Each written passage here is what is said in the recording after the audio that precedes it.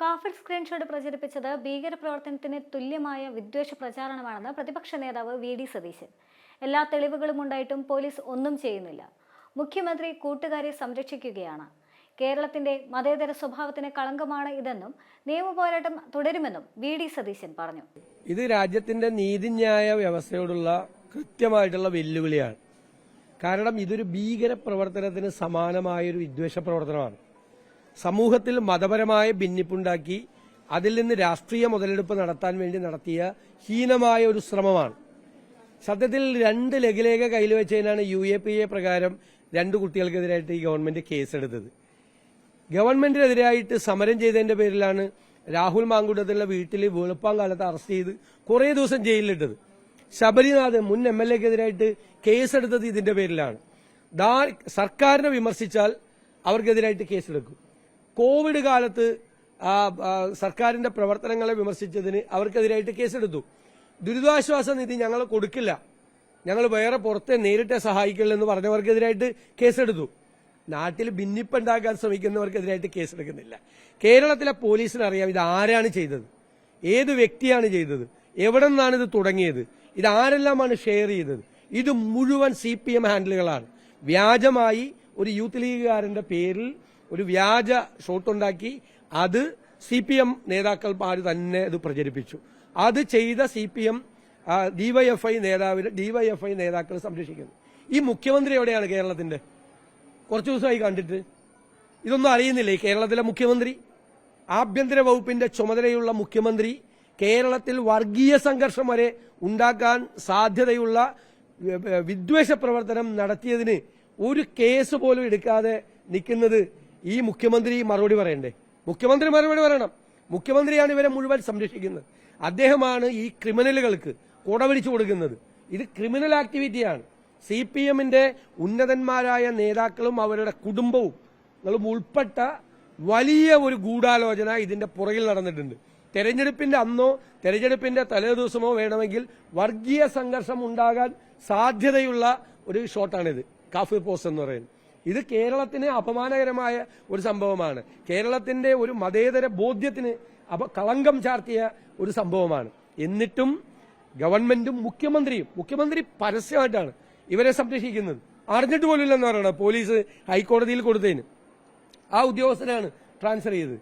എന്നിട്ട് മുഖ്യമന്ത്രി അറിഞ്ഞിട്ട് പോലുമില്ല.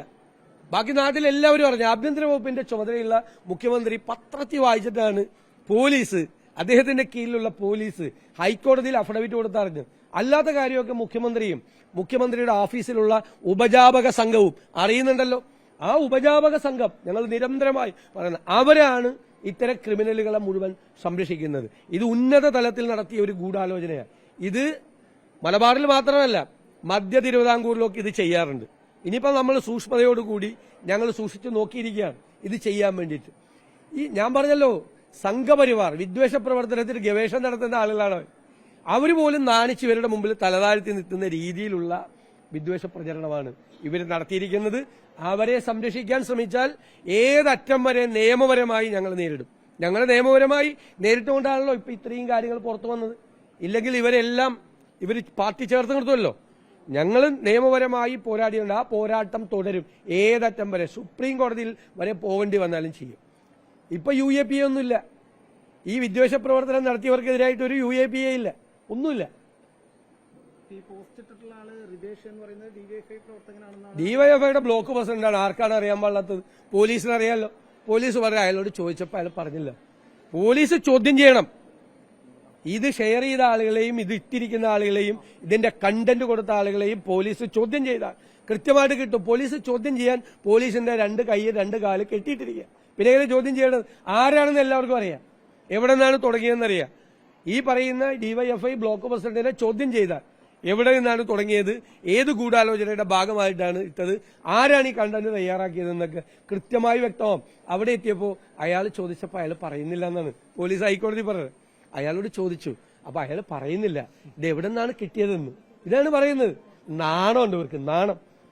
കേരളത്തിൽ അപമാനകരമായ ഈ സംഭവത്തിൽ ഇത്രയും ആളുകളെ, ഇതുമായിട്ട് ബന്ധപ്പെട്ട ആളുകൾക്കെതിരായി കേസെടുത്ത് UAPA ചുമത്തി അറസ്റ്റ് ചെയ്ത് ജയിലിറക്കേണ്ട കേസാണ്. ഇല്ലെങ്കിൽ ഇത് കേരളത്തിൽ ഇനിയും ആവർത്തിക്കപ്പെടും. ഈ സംസ്ഥാനത്തിന് അപമാനകരമായ കാര്യമാണ്.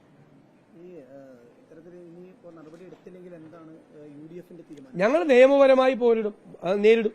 നോക്കാം, ബാക്കി കാര്യങ്ങൾ നമുക്ക് നോക്കാം. തീർച്ചയായിട്ടും വരട്ടെ, നമുക്ക് നോക്കാം. സർക്കാർ എന്താ ചെയ്യണമെന്ന് 2 ദിവസം കൂടി നോക്കട്ടെ. അല്ല, അതുകൊണ്ടാണല്ലോ നമ്മൾ നിയമപരമായി നേരിടുമെന്ന് പറയുന്നത്. ഇപ്പൊ പോലീസിന്റെ ചെവിക്ക് ഹൈക്കോടതി പിടിച്ചുകൊണ്ടാണല്ലോ ഇത്രയും സാധനം പുറത്തു വന്നത്. ഇത്രയും സാധനം ഇതില്ലെങ്കിൽ ഇത് വരുമോ?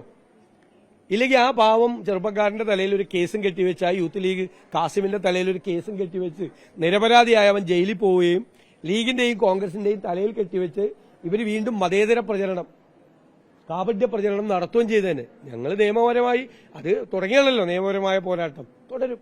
വേണ്ട സമയത്ത് വന്നാൽ പുറത്തുനിന്നും കൂടിയുള്ള പിന്തുണ കൊടുക്കും. CPM പയ്യോളി ഏരിയ സെക്രട്ടറി ഉൾപ്പെടെയുള്ള നേതാക്കൾ ഇതുവരെയും പോസ്റ്റ് നീക്കിയിട്ടില്ല. ഇവർക്കെതിരെ കേസെടുക്കണമെന്ന് ആവശ്യപ്പെട്ടുകൊണ്ട് പ്രതിഷേധം ഘടിപ്പിക്കാനാണ് നിലവിൽ UDFന്റെ തീരുമാനം. ആദ്യഘട്ടമെന്ന നിലയിൽ അടുത്ത തിങ്കളാഴ്ച RMPയും UDFും വടകര റൂറൽ SP ഓഫീസിലേക്ക് പ്രതിഷേധ മാർച്ച് സംഘടിപ്പിക്കും. ഇതിനു പുറമെ CPMനെതിരെ പ്രചാരണ പരിപാടികൾ സംഘടിപ്പിക്കാനും തീരുമാനമായിട്ടുണ്ട്.